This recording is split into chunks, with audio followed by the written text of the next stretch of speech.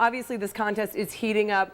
Romney is trying to hold off Rick Santorum. They're neck and neck right now, but of course Newt Gingrich still in the fight. So what should we expect to see tonight when these candidates take the stage? Well, the contest right now is really between Rick Santorum and Mitt Romney. This is the last debate before primaries in Michigan and Arizona next week, and also between the ever-important Super Tuesday on March 6th. This is really the last chance that a lot of these candidates are going to have to make their case to a nationally televised audience. I think it'll be interesting to see the interaction between Santorum and Romney. Also to see if some bumps to work himself back into the conversation. But really, this is about, can Mitt Romney have a strong performance, convince voters who are still on the fence that he is the guy that they want. He really needs to do well both in Arizona and Michigan, and polls suggest that Santorum's creeping up. So I think there's going to be a lot of pressure, obviously, on all of them, but I think Romney really needs a solid performance tonight. Pat, is this still Mitt Romney's nomination to lose, or has that math kind of changed? I think we're going to know on Tuesday. I mean, I think before Santorum knocked off 3 unexpected wins in Colorado, Minnesota, and Missouri, we all would have thought, yeah, well, Mitt Romney's always been the inevitable candidate, or inevitable nominee. Now it's just a question of blocking and tackling. After Santorum won those 3 states, I think that presumption is really in doubt. If Romney were to lose his home state of Michigan, which, given the way they break down delegates, I think we would define as winning more delegates than Romney wins, because they're going to break them down proportionally. If Romney were to lose Michigan, I think that would be a big blow symbolically. It also means that the race is going to go on for a long time. And at the rate of that Mitt Romney's been spending money, he's going to have to raise a lot more of it. And if this thing goes into April and May, given his donor base is mostly wealthy people who have already maxed out to him, that's going to be a tall task for him. It's going to be easier for someone like Santorum, who hasn't raised a ton of money. So, I think Tuesday is really critical for both these guys. If Santorum can pull off a win, he's going to be seen as a lot more of a realistic nominee. And likewise, if Romney were to lose, I think he's going to have some real tough sledding ahead.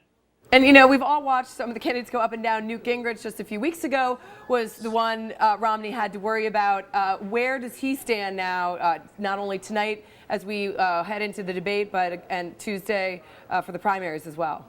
That's funny. It's a good question.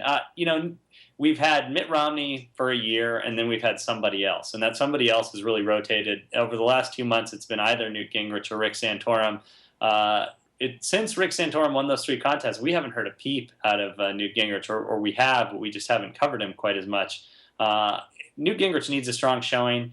There were reports, I guess, yesterday or this morning that he's taped this 30-minute video on expanded oil production, which I know you guys talked about a little bit earlier. He's going to apparently air that. It's half an hour on television somewhere, and although I don't know what he can afford. And so he's really looking for a home run ball to try and get back in this conversation. But, Georgia, his home state, is voting on Super Tuesday. Were he to lose that, I think that's probably going to spell the end for him. Hey, Pat, Rick Santorum has said some, relatively controversial things, more on the social issue side. Hasn't seemed to hurt him. What should we be looking for tonight out of him specifically that would put him more on a par with Mitt Romney, maybe even ahead of Mitt Romney? What kinds of comments should we expect from him? Well, I think it will be really interesting to see what the moderators ask him. He, in the last couple of weeks, he has a penchant for provocation, as we have seen over the course of both his Senate career and his White House run. He had made some remarks about women in the workplace, women serving on the front line. I would assume that CNN is going to put those questions to him directly, and I think that his answers will be critical. What Republicans want to see is somebody who can beat Barack Obama. Even a lot of conservative voters who maybe don't love Mitt Romney will be reluctant to support Rick Santorum if they don't think that he's going to be the best candidate representing Republicans in the general election. So I think he's going to have to answer that head on. I imagine CNN is going to ask it of him.